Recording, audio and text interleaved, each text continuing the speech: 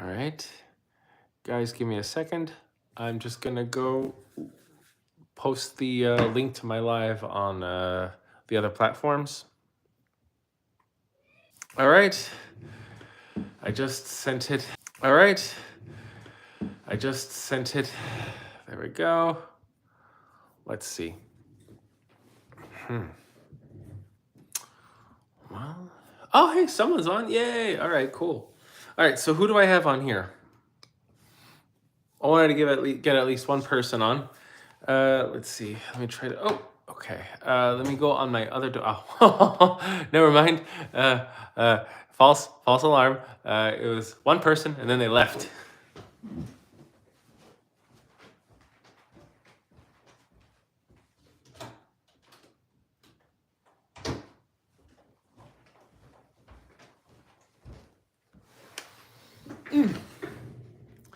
Oh, hey Fred, how you doing? Okay. Oh, got more people coming on. All right, hold on. I am just logging on to my Patreon. I see you, Fred. Okay, very cool. How are you, Fred? How's everything going? All right, so now I have a device on. All right, cool. All right, so yeah, I'm not sure if you guys heard, but good to know, Fred. Turkey abandoned ties with Israel. And I mean, symbolically, it's a big deal because, Turkey is in NATO and Israel is one of NATO's crucial partners, even though Israel isn't exactly in NATO. And that's because, it is called the North Atlantic Treaty Organization. And yeah, I get it. How on earth is Turkey the North Atlantic when they're at the, freaking like base of the Mediterranean? Hey, car lovers, how you doing? Yeah, it's nothing but rhetoric. I agree with you 100%, Grey Wolf. And I made a post about it on TikTok, justifying this is why. Recep Tayyip Erdogan, it's not like he's a good guy. It's not like he's a very honorable guy. I mean, he's probably one of the more terrifying leaders, in the world. Like, like a leader can threaten to unalive you, but like Erdogan has like done it with his bare hands to his enemies. So I don't really go out of my way to like insult him too much. I saw him at at NATO. Looked like a calm guy, but sometimes those could be the very scary ones. Now, anyway, Erdogan isn't like he doesn't have any ideals. His reasoning for being so harsh towards Israel is because he says of their treatment of the Palestinians in Gaza. But really, like Erdogan is not known for being a huge humanitarian, especially with just the way he's treated the Kurds. The Kurds are very marginalized. They're often dealt with violently. They're not even allowed to really have their own culture, their own language. There's still strong efforts to Turkify them. And then there's the fact that Erdogan, along with almost every other Turkish ruler, they have not once apologized or even admitted to the Armenian genocide. So it's very laughable that Turkey is saying that his reasoning for this is human rights violations. It's just like Russia saying that they invaded Ukraine because of the human rights violations against the ethnic Russians in that country, which is just total nonsense. The only reason why I think that Erdogan is actually very critical of Israel is because it gets him a lot of brownie points with the Middle East, with the Arab world, with Iran. And remember that Iran is not part of the Arab world. They're an influential player to the Arab world. Oh my gosh, I have 29 people. But Iran is Persian. They are not Arab. Like, don't make that comparison. You know what I mean? Most Arabs are Sunni Islam. Iran, they're Persian. They're Shia Islam. Erdogan is a political animal. Exactly. He knows how to play. So he knows that he could be in NATO and he loses brownie points from like Russia, other parts of the region. But if he's like in NATO and he's criticizing one of their big allies, especially Israel, who everybody just loves to hate, then he's in very good standing, especially with Iran. And Saudi Arabia is very pragmatic. If you're very anti-Israel, they won't they won't dismiss you. They'll probably give you an audience. And Saudi Arabia is very certain that whatever angst that Turkey has against Israel, it can be measured. It could be, what's the word, melted down. It's malleable. And that's what I think. I think that Erdogan is doing this to gain his influence in the Middle East, to make sure he's on peaceful terms with everyone. And it can work. And another great thing for him, at least, is that he could say this. He could take a very strong stance against Israel, and he can expect to leverage that stance against the incoming new president, Donald Trump, who is a very big fan, very, very big fan of Israel.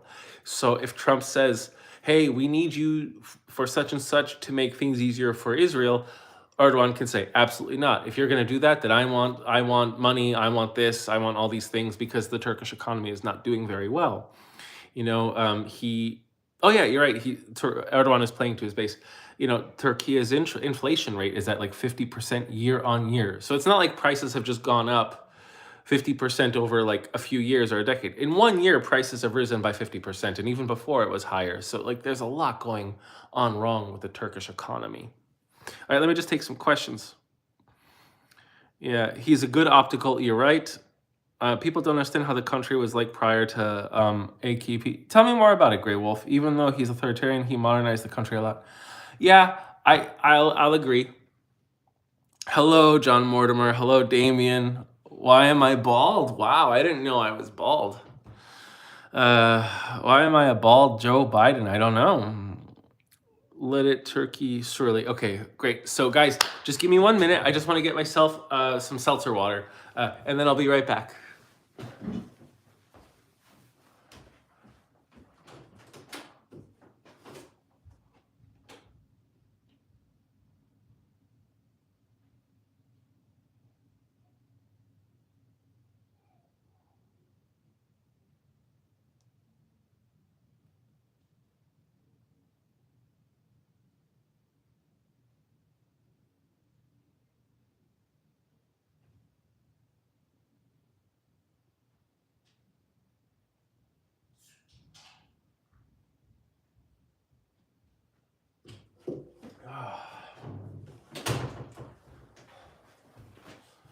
Here we are, drinking seltzer. I must be doing pretty good because if I got my first troll, that's awesome. Yeah, the economy being down, of course, because Erdogan in the beginning wanted to show, oh, Turkey's prosperous. Look how good I am to you. Look, and he printed money. Just like let the economy go willy nilly, and people were like, oh, this is so great. Let's vote him in again. Okay, and then you know what? 3 terms later, here we are. Wow, Damien, that guy, that is awesome. I have a troll. Nicolette, you don't like me. Oh my gosh, I'm doing well. I have 55 people. Keep the trolls coming. Trolls are what give me the most engagement. By not increasing interest rates, which have slowed the depreciation of the lira, instead of being 34, maybe it would have been 10. Got it. This channel is just about geopolitics. I talk a lot about it. I talk about what's going on in America, other parts of the world. Did anyone see my piece about the history of Israel from like 2000 BC to 1950? Let me know if you guys did. Just type in yes. And what's crazy is, I made that over a year ago on TikTok, and when I was editing everything on CapCut, I just put it all together and then put it out on YouTube. And I thought I put everything in the right sequence. I didn't. And then it gets released on YouTube. And then one of my followers was really great. Was just like, oh hey, could you? I think you might have messed up the sequence. And then I saw the video and I was like, oh my god, this looks like such choppy crap. So I re-edited it, and now it's a bit more coherent. It's still like 44 minutes long, but it's much more jointed. Does it seem inevitable something is going to go severely south in the Trump administration, especially between him and Elon, two massive egos? I don't know.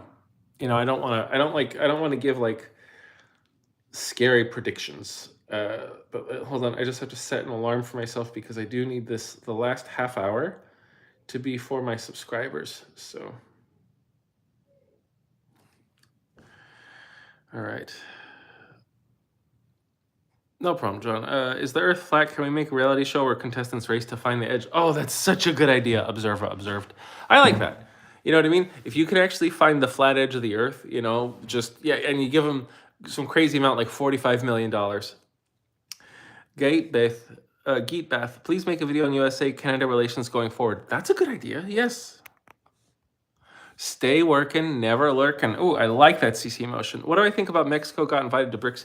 Mexico's got invited to BRICS quite a few times, but the President AMLO said, yeah, it was last year or the beginning of this year that no, Mexico is tied to the U.S. dollar. There's no, there's not like they would ever like work with another currency. And if they did join BRICS, I do think that would be a bad look on the U.S. And unfortunately, because there's been such a conservative push against Mexico in the United States, they elected Claudia Sheinbaum. She's quite the leftist. Um, I kind of agree. I kind of agree that the now like look, the Mexicans have quote unquote been doing everything right according to the conservatives, and they were before federally appointing judges, and now they're leaving the election of judges open to the populace. And I'm sure there may be some hurdles, but it's like, okay, if they've been doing everything right and there's still rampant corruption, why not try? Why not try this? What if this actually does something to curb the power of other influences? And anyway, though, the U.S. I think is threatening, like Trump is threatening 25% tariffs on Mexico. There's a promise of less foreign direct investment into Mexico, which could be really bad for the Mexican economy, and it can also push Mexico closer to China or maybe BRICS. But I don't see Mexico joining BRICS. I see Mexico using the threat of joining BRICS in order to leverage the United States, which they should. Thoughts on AUKUS? I don't know what that is. Turkey was a parliamentary system, so when the election occurred, one party did not win outright, so coalition was needed, which resulted in fighting. So early election was called about 2 or 3 years. Okay. Nutella in army rations should be yes. Yeah, all my daughters love Nutella. I love Nutella. Yeah, so nothing was getting done. What year was this? What year was this, Grey Wolf? Thanks for letting me know this stuff. Oh, but I really like that idea of the Earth being flat. Make a reality show where you just make the people race. But I think it's 2024. Okay, I think it is very funny though that just that Turkey is using the human rights. Like Erdogan is one of the most like dirty, blood-handed people, and he's using like the humanitarian card. It just I find that very entertaining. Especially, okay, 2005, he comes into power. He wants to be chummy with the regional powers. He's really nice to Israel. And then, as the years go by, especially like 2009, 2010, Israel does the blockade of Gaza.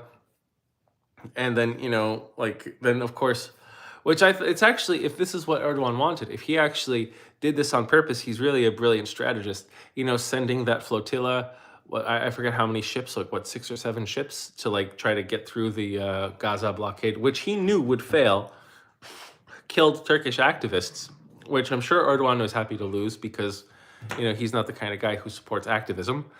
And then he gets to make a whole hub about of it, criticize Israel, maybe force some concessions from the United States, maybe not, but either way, just gain so many brownie points in the Middle East. The European Union's fault? Is it the European Union's fault because they were, did they keep raising the bar for Turkey to enter? Because from what I understand, Turkey, it's like the European Union mentions maybe that Turkey could be a member, but I don't think they're really ever going to do it, at least not now. Turkey still has a very long way to go with government corruption, human rights issues as well, or just the fact that like just basic safety codes aren't met. Like I remember there was that earthquake that happened. Was it this year or last year?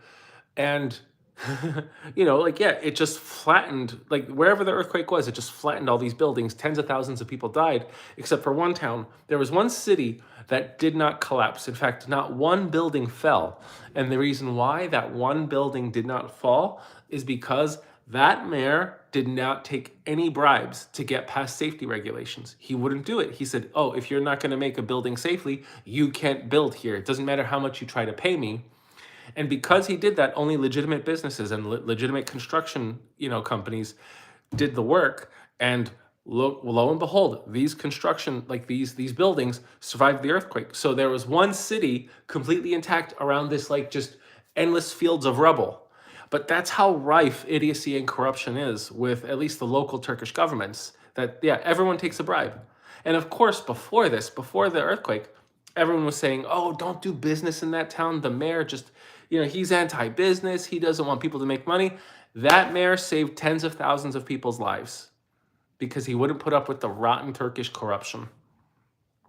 How you doing, Seth Wayne? Good to see you. Oh, wait, let's see. Let's see if anyone on Patreon is commenting. I don't want to block you guys out. Okay, good. All right. If they abandoned Turkey in the Union, if they led, then Turkey would have been restricted. Yes, I agreed. How do I see trade Mexico, U.S., Canada, TMEC trade hope moving along stronger? I think it will. And also, Death Row, don't do all caps. I think a lot of what's going on is like posturing. I think Trump is making strong posturing. Mexico is doing strong posturing. Canada, I don't know if they could really do anything strong right now. It's like the Mexican people are used to like hard times. Canada is not. Like they think they are, but they're really not to the level of Mexico. But I think eventually they all have their own like self-interest in common, and they know that they're stronger together than separate. Why are all European countries not using the euro so it's going to do easier to trade? Because there was more checks. Yeah, okay. So why are all European unions not? Well, there's a reason why. You have to have a strong enough economy to be able to use the euro. And one of the reasons why like the European Union isn't doing as well is because like Portugal, Greece, Italy cooked the books. They should not have been allowed in. I'm sorry, even Spain really should not have been allowed in the European Union. These are such poorly run economies. They did not they did not have their stuff together. Yet they were allowed in the European Union, and I'm pretty sure it was, at the behest of a lot of the major American and other global banks. And so now it's like France, Germany, Luxembourg, Liechtenstein, I think, a couple other countries that are like carrying the other less competent economies around. When Erdogan became mayor in Istanbul, electricity shut-off and water shut-offs was routinely occurring, which he stopped. Ah, okay. Well, yeah, and I bet you Erdogan was kind of like, like don't probably told the people in charge of like power and water, like, if this happens again, you won't ever work again, and it's not because you're going to be fired; it's because you won't exist. I can absolutely imagine Erdogan doing that. I mean, Erdogan kind of reminds me of like a slightly less dangerous, but still a Turkish version of Stalin. Thank goodness he's the leader of Turkey and not Russia, because I think Erdogan, I think Erdogan could give Putin a run for his money, but oh man, yeah. But then so Central Asia would probably be in a lot of trouble too. But anyway, I'm not sure if okay. So why are all Europeans not using the euro? Yeah, it would be easier to trade, but again, it depends on the stability of these countries' economies. I don't know. I don't know if Poland. I wish I remembered. I know Poland. They use the zloty. They were using the zloty, but I don't know if they're using the euro. I'm pretty sure they're still using the zloty. So let's see. Does Poland use the euro? The euro. No, it's still the zloty. All right, good. Yeah, and Poland, I think, would probably do all right. Poland's willing to conform to whatever it needs to like ensure its place in Europe. I don't know if Slovakia is. That would, maybe Slovakia would be able to, but I wonder if Hungary. No way. Yeah, so it really is about economic stability. I can even imagine what do the Baltic. I doubt the Baltic states. Do Baltic states use the euro?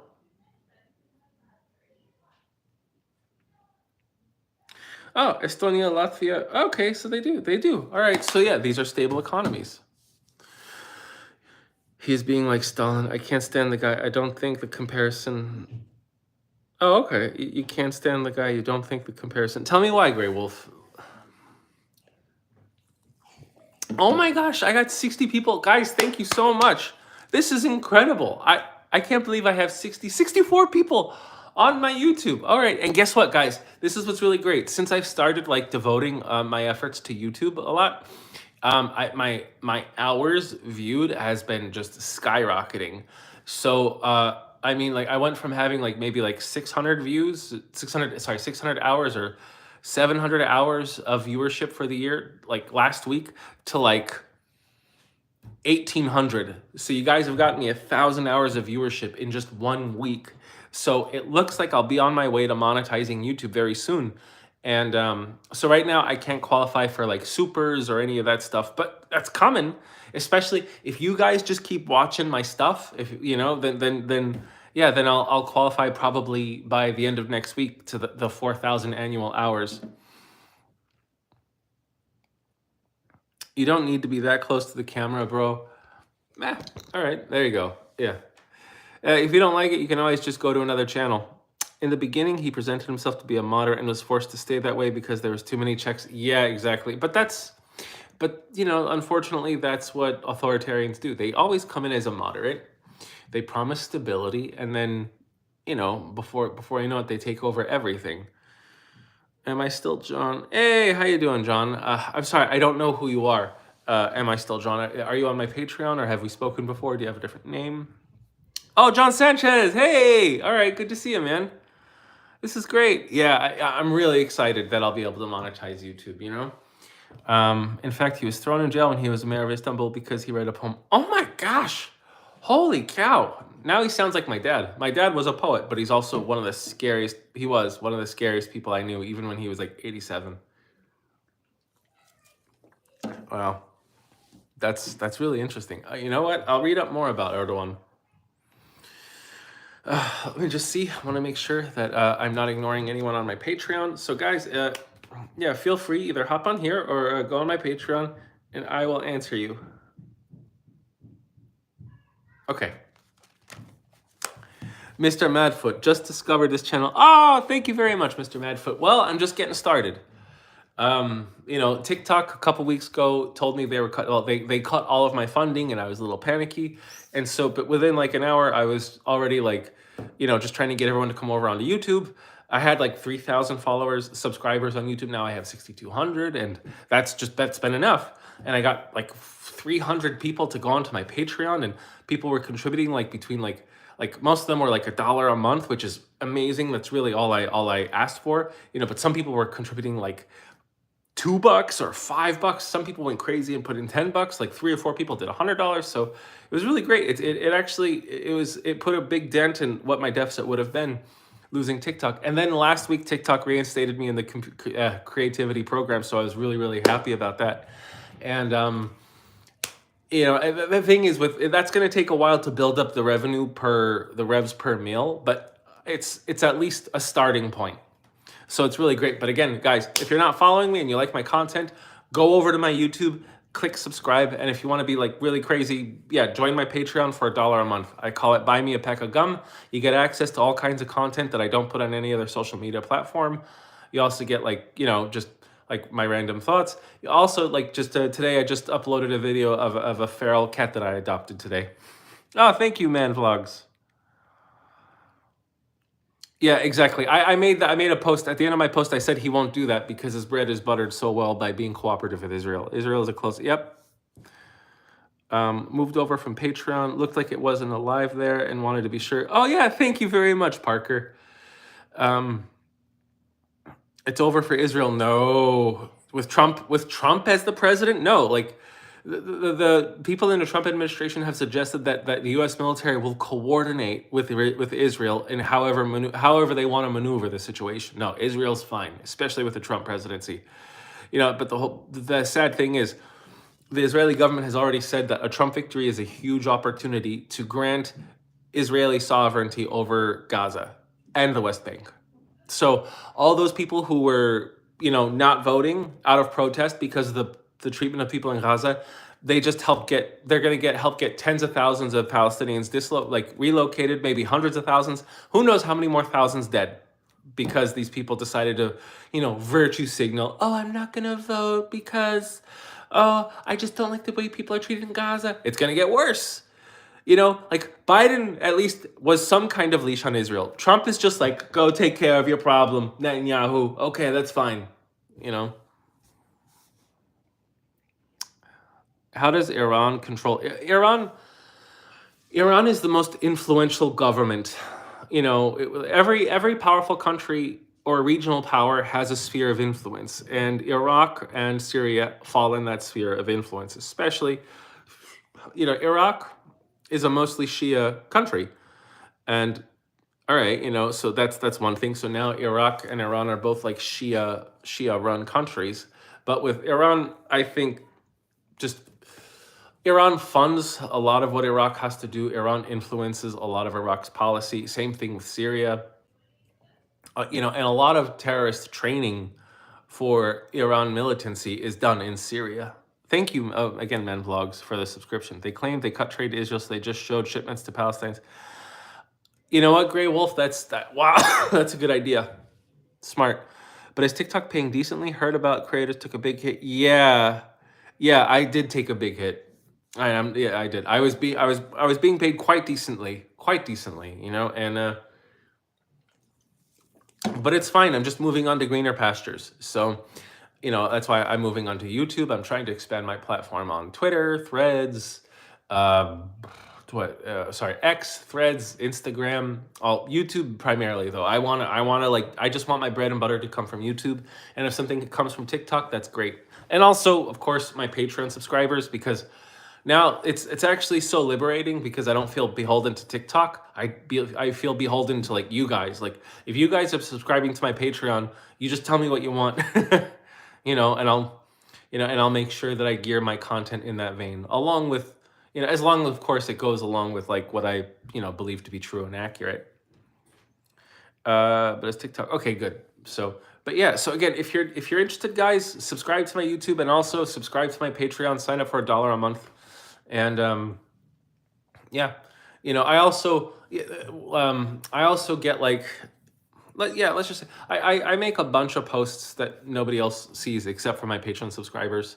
For even if you're just paying $1 a month, and if you're paying like $5 a month, then oh yeah, anything that I do that's like instructional, and I don't sell courses or anything like that. It's just sometimes people ask me to like do a breakdown of how I use like trading apps. And so like if I'm ever looking at like charts or stats or anything, I use an app, and I made a post as to how I use the app, but I'm never going to tell anyone like what they should invest in or what they should trade.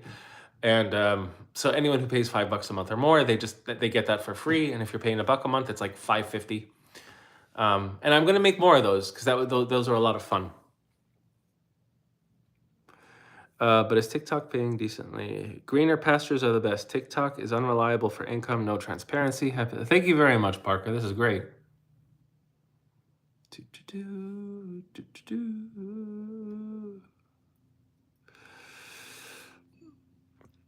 See, it's been pretty cool.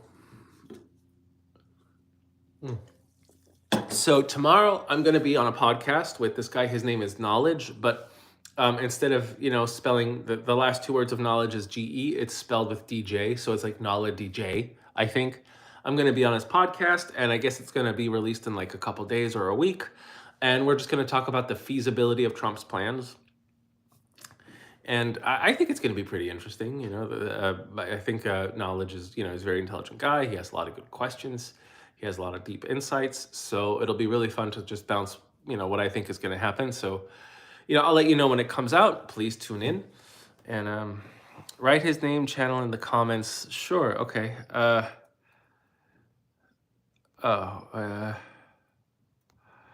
don't know how to do that.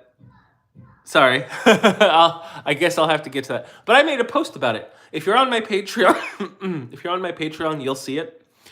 It's also on my Instagram, my TikTok. I think even I don't know about my YouTube, but it's on all my other social media platforms. So take a look. But if you're on my Patreon, it's right there. I made the post yesterday, and there's an influencer. His name is Yuval. Pretty smart guy, pretty young. He made a post 4, 5, maybe 6 days ago, criticizing my post about the necessity of the Electoral College.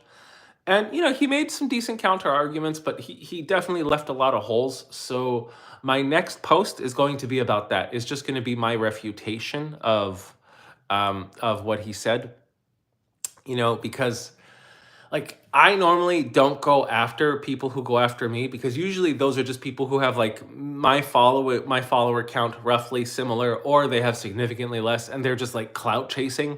But this guy Yuval has like 3.3 million followers. So like he's not, clout chasing for my audience. So I don't mind at all responding to that. And it's going to be fun. I'm going to be respectful, and I think you guys are going to learn a lot if you do want to watch the post. You're going to learn a lot about constitutional history, about our electoral system, about why the electoral college, even though it's very flawed, it is much more balanced than the overall popular vote. You know, um, and it was a lot of fun to make. I really had a good time, just doing it and thinking. And I'm gonna take it easy on him because I think he voted for Kamala. I voted for Kamala, and I think a lot of people do feel very like crestfallen and crushed, and I don't want to crush him anymore. I want us to come together. I want us to galvanize, and maybe there's hope that we can elect better politicians in 2018. So why demonize people if you do want to work for the same goal? I don't know how to write the name channel in the comments yet. Okay, I'm very yeah. Again, I don't know how to do it. No, I clout chasing. No, it's you know, I mean, it definitely will be an opportunity for me because it's true. He has granted me access to his audience, which is quite substantial. So I will definitely capitalize on that. That's all good for me, and I can do that. I can capitalize on his follower count, and he's not getting rewarded with my audience because I'm sure a lot of my followers already follow him, and even if they don't and they do, that's going to be like maybe like a 2-3% increase to his total follower count. So it's definitely much more to my advantage. You're absolutely right. It is a great opportunity. What do I think is what do I think Trump is going to do against Hezbollah Hamas? I think Trump is going to tell Israel do whatever you want. I think Trump is going to tell Israel, just okay, you want to attack this building full of children, but they might have a rocket in there. Just do it. I don't care. Get rid of it. That's what Trump's going to do. Trump's going to just say blow up whatever you want because yeah, you could, even if there's nobody in there and it's just a bunch of innocent people. You'll just say it's Hezbollah and I'll believe you. Great. And then when it comes to Iran, absolutely. I would not be surprised if Israel launched airstrikes deep into Iran and any Iranian retaliation would just be met with, American aircrafts and other missiles just shooting everything down. All this fair and clout chasing, uh, yeah, sure. I mean, it's definitely he presented me with an opportunity, so I'm definitely going to take it. But I think it's going to help. I think this post is going to help, and I'm going to take it easy on him. I'm not going to do any jabs. Like he did a few jabs at me, and it's fine. That's what young angry people do, you know. Um, yeah. Mm. Yeah, this is good, man. I can't believe I'm so happy. I have 50 viewers here. You guys you guys have really made my day. You made me feel like so many more things are possible, you know? And oh, just so you know, if you guys are curious about my schedule, it's going to be this time. I think 6 p.m. is 11. Oh, yeah. It's 11 p.m. Universal Standard Time. So Monday, Wednesday, Friday, I'll be doing. Wait, I think so.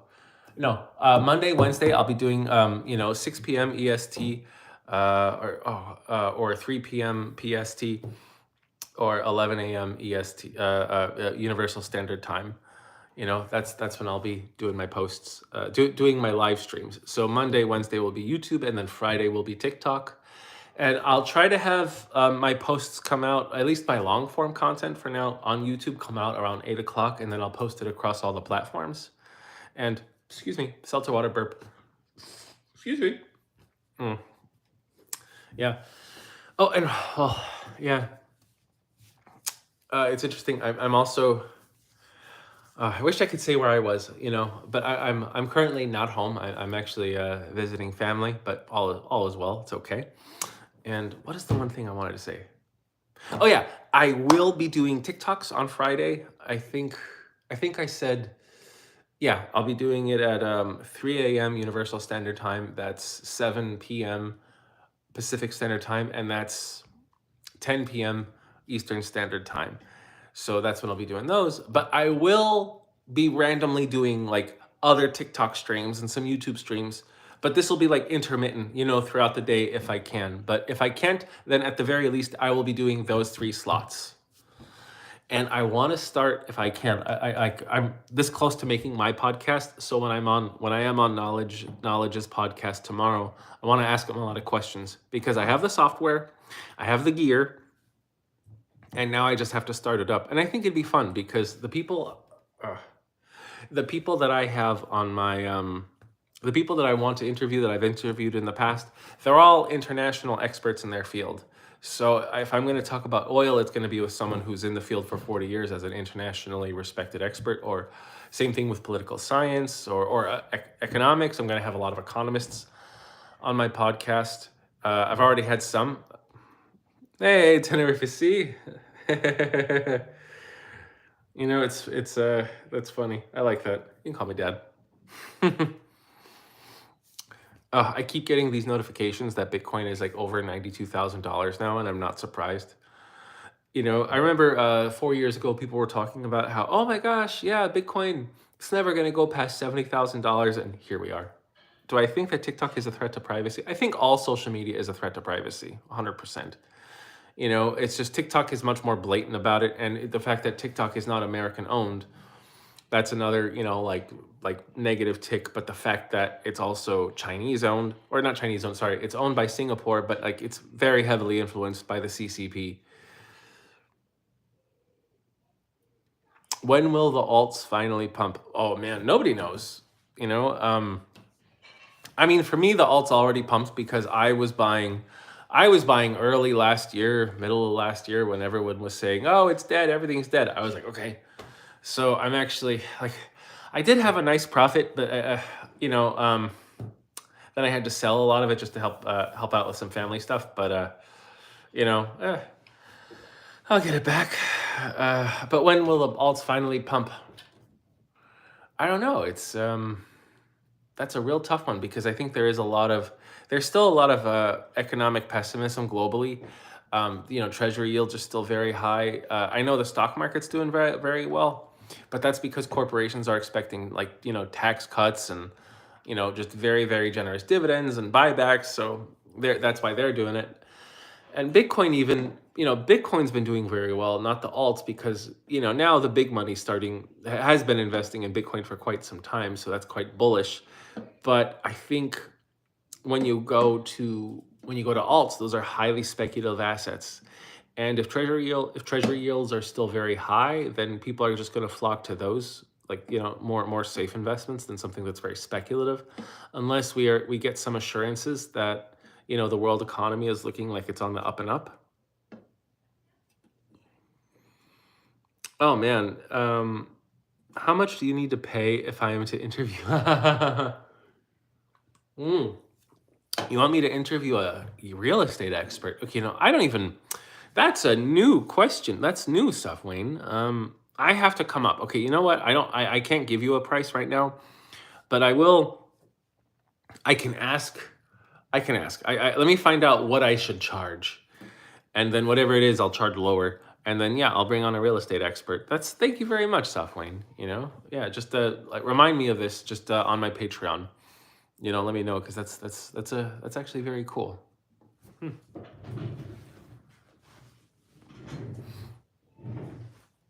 So, oh yeah, but back to when the alts will finally pump. So, yeah, we don't know. I mean, maybe when the price of oil goes up, if somehow something miraculous happens and the Chinese economy starts to stabilize and they get out of their deflationary spiral and manufacturing activity in China starts to go back up, then you'll most likely see the price of oil go up. You'll most likely see treasury yields go down, which means if the yields of a treasury go down, that means the value of the bond actually goes up, which is a great thing.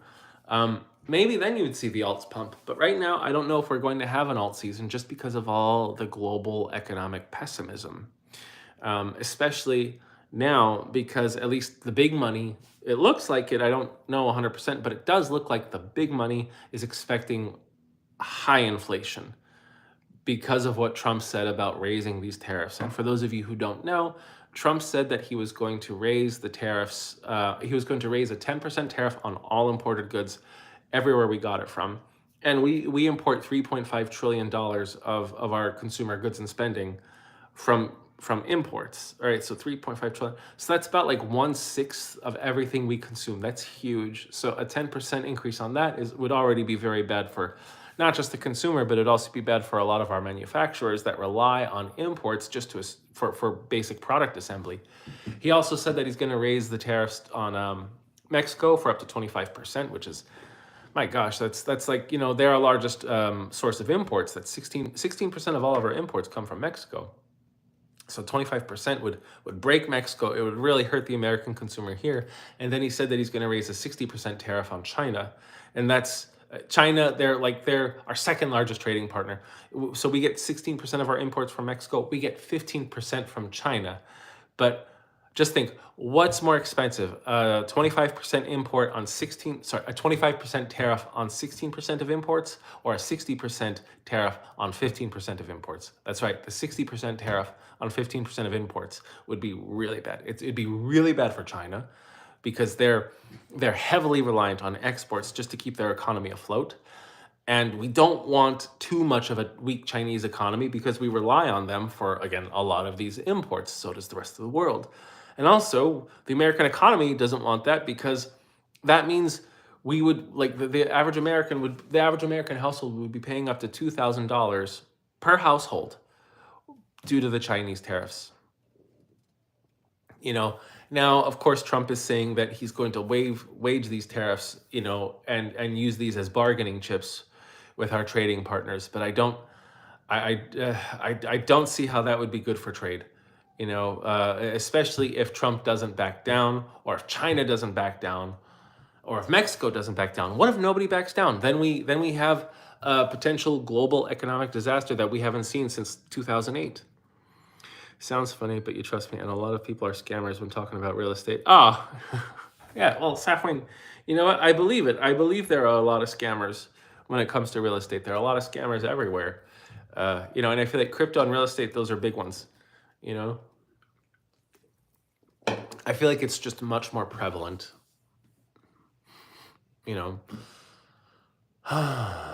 So let's see. I just want to make sure I answered all the questions.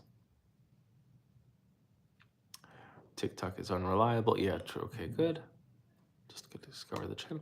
All right, great. This is wonderful. I'm so glad I got to answer everyone's questions. And I have to say, what's really nice about all this is, like, TikTok can be very toxic. Sometimes I'll have like 300 people. One time I had like 700 people on my live.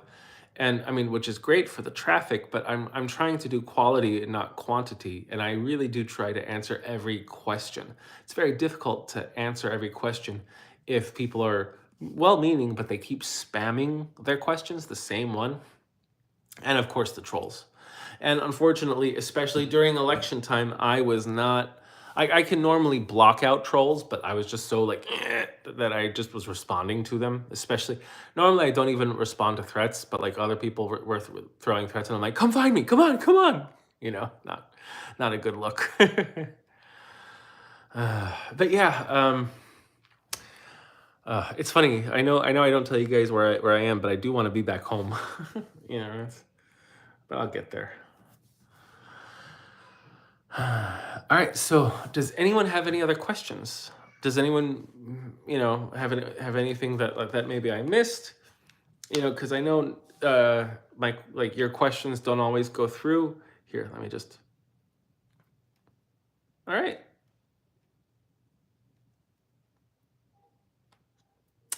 Oh, okay. So there was one question I failed to answer, Fred. Are the Greeks and Israelis still friends? Yeah, just and mainly because of Turkey. Like, whoever Turkey hates, Greece will be like, "Hello, brother," and understandable because Turkey has been, they don't have the best history with Greece, especially with what they did to Cyprus. but I'm sure there's a whole Turkish side to that argument that I need to research. All right, guys, I am going to hop on to my Patreon only lives. So if you're tier 1 and above, I'll send you the link. And actually, I'll just resend. Yeah, I'll send you the link. And